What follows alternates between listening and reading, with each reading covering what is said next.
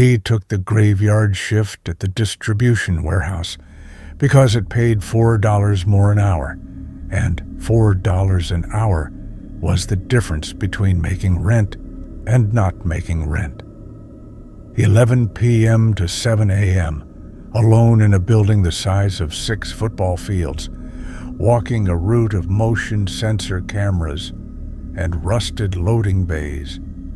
Nobody told him there had been 3 guards before him. Nobody told him why none of them lasted more than 2 weeks. The first night was fine. The second night was fine. On the third night at 2:14 a.m., one of the hallway lights on row C started flickering in a pattern that was almost rhythmic, almost like Morse code, and then stopped. He wrote it in the log as a maintenance issue and kept walking. By the 5th night, he noticed the pallets on row F had been moved. Not knocked over. Moved. Stacked differently than they'd been at the start of his shift. Arranged in a loose, deliberate circle like something had been building a nest or setting a trap or leaving a signature. He checked the cameras. The footage for that section was there, time-stamped, unbroken, and in it, nothing moved. No forklift, no person, no shadow. And yet, the boxes were in a different place than they'd been an hour before, on camera that showed no one touching them. He told himself it was a glitch in the recording system. He wanted very badly to believe that. On the 8th night, he heard someone breathing on the other end of the 2-way radio. Not static, not interference. Long, even, patient breaths, in through the nose, out through the mouth, the kind of breathing a person does when they are standing very still and listening. He said hello into the radio 4 times. On the 4th time, the breathing stopped, and a voice, flat, pleasant, entirely wrong, said his name back to him. He had never given his name over the radio. It was printed on his badge, not spoken aloud, not once, not to dispatch, not to anyone. He quit that night. He walked out through the loading bay without clocking out, without collecting his final paycheck, and he did not look back at the building because some instinct older than reason told him that if he turned around, something in one of those dark windows would be looking back. He never went near a night shift again, but 3 years later, working days at a different company, he ran into the man who'd trained him, the guard who came before him on that same warehouse route. They got coffee. He asked him, carefully, if anything strange had ever happened out there. The older man went quiet for a long moment, and then he asked a question of his own. He asked whether, on quiet nights, the flickering light on row C had ever spelled anything out. Whether he'd ever taken the time to actually read the pattern? He hadn't. He'd never let himself look that closely. And sitting there in the coffee shop, in broad daylight, surrounded by people, he felt the same cold drop in his stomach he'd felt standing in that hallway 3 years before. Because some questions are worse than the answers, and some answers you were never meant to have. The old guard told him, quietly, that the pattern spelled out a countdown, and that, on his own last night at that warehouse, the count had reached 1. Night shift work does something to a person that daylight work never does. It strips away the comfort of witnesses. Nobody in the world knows what happens to you between midnight and dawn, except you. and whoever else happens to be there. A woman named Renata learned that on her second month working the overnight ward at a regional hospital, a job she'd taken because the overnight differential covered her daughter's daycare, and because she told herself, like so many people do, that a hospital was one of the safest places on earth to spend the night. Her unit had 6 patients that night, all stable, all sleeping, all monitored. Around 1 a.m., the vitals monitor on bed 4 began throwing a strange reading, a heart rate that spiked and dropped in a pattern too clean to be organic, too perfect, like a machine testing itself. She went to check. The patient, an elderly man recovering from routine surgery, was fast asleep, breathing normally. His actual pulse, nothing like what the monitor had shown.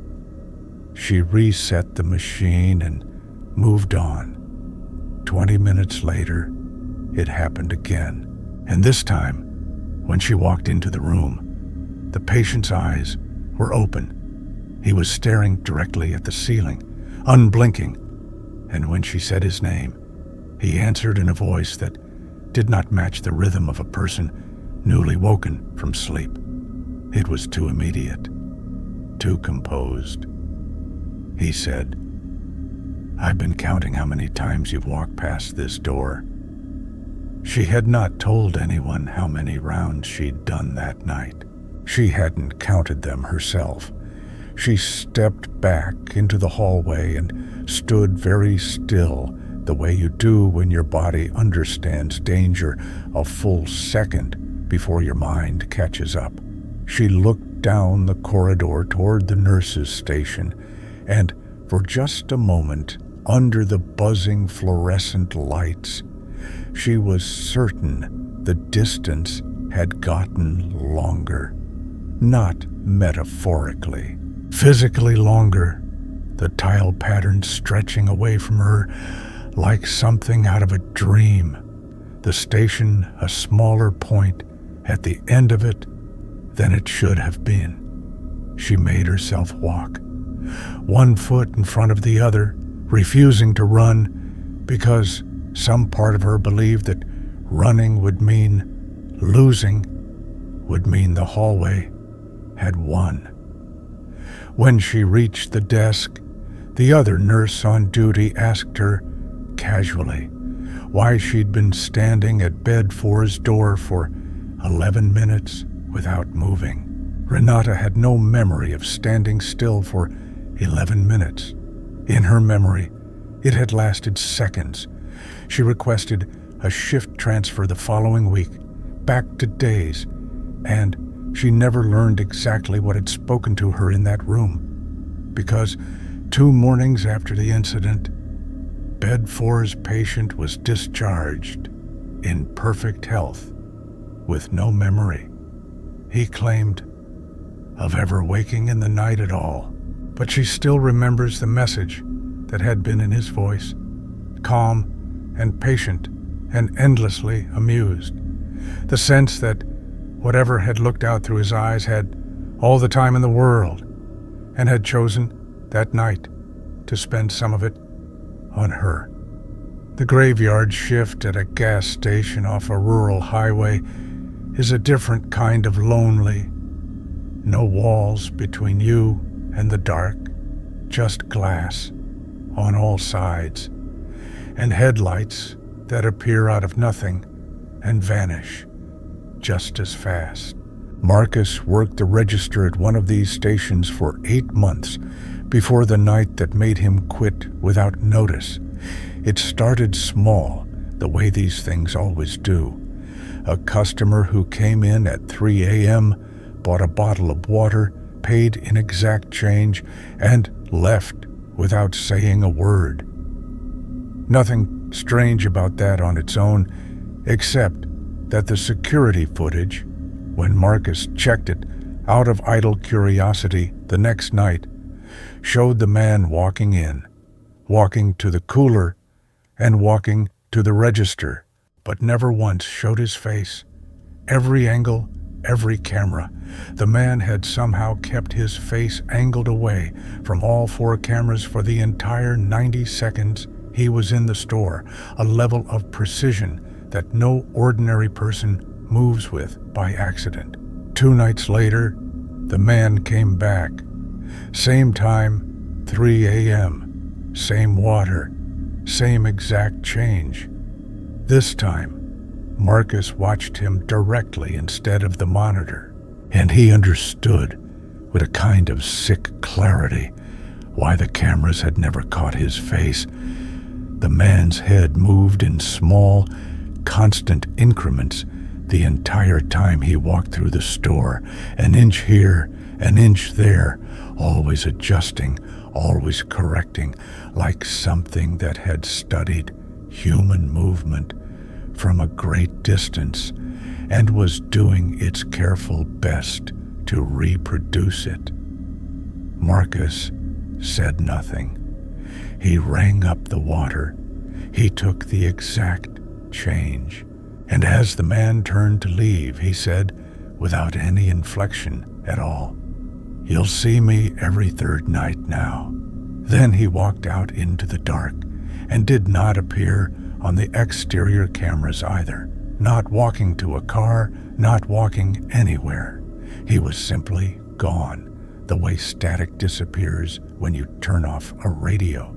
Marcus counted the days.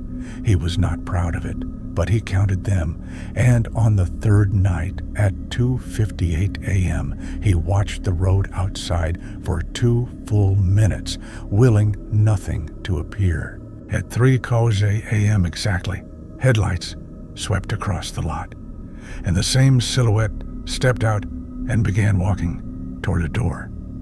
Marcus locked it before the man reached it.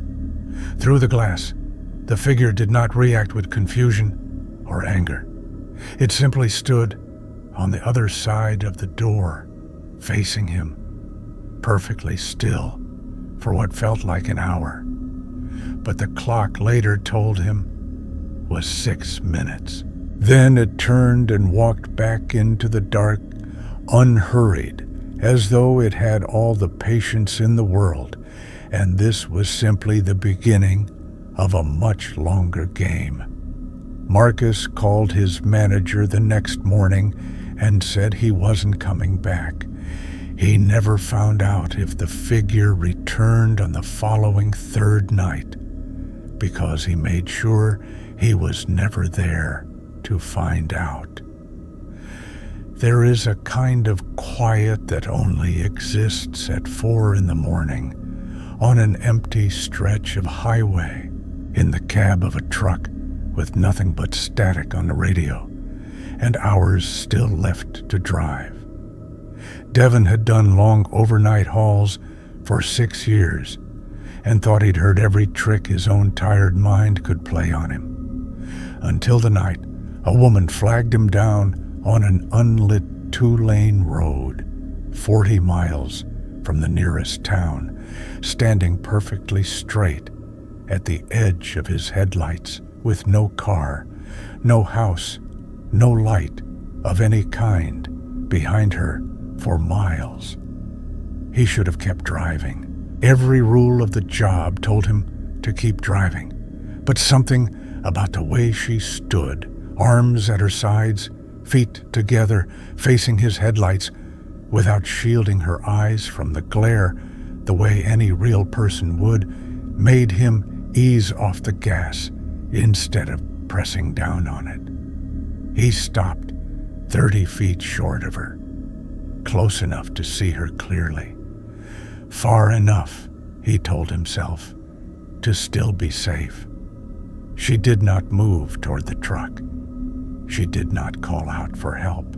She simply stood there, and after a long moment, she began speaking, in a voice that carried clearly across 30 feet of open road with no effort at all, as though the distance meant nothing to her. She said she'd been standing there a long time. She said she was glad someone had finally stopped, And then she said something that made every hair on Devon's arms rise at once. She said his name, and the name of the town he'd grown up in, a town he had not mentioned to a single living soul in over a decade. He put the truck in gear. She did not chase him. She did not even turn to watch him go, as far as he could tell in the mirror. She simply remained standing in the exact spot, facing the empty road ahead of her, as though waiting for the next set of headlights, and the next, patient in a way that no lost or stranded person has ever been patient. He drove the rest of that route without stopping once. Not for fuel, not for coffee, not for anything. And when he finally pulled into the depot, as the sun came up, he sat in the cab for 11 minutes before he trusted his hands enough to turn off the engine. He still drives nights. The job doesn't pay enough for him to stop, but he keeps a list now, scrawled in the back of his logbook, of every mile marker between towns where the road runs unlit and empty for more than 10 miles at a stretch. And on those stretches, no matter what stands at the edge of his headlights, no matter what it says, no matter whose name it knows, he does not stop the truck. Not anymore. Not ever again.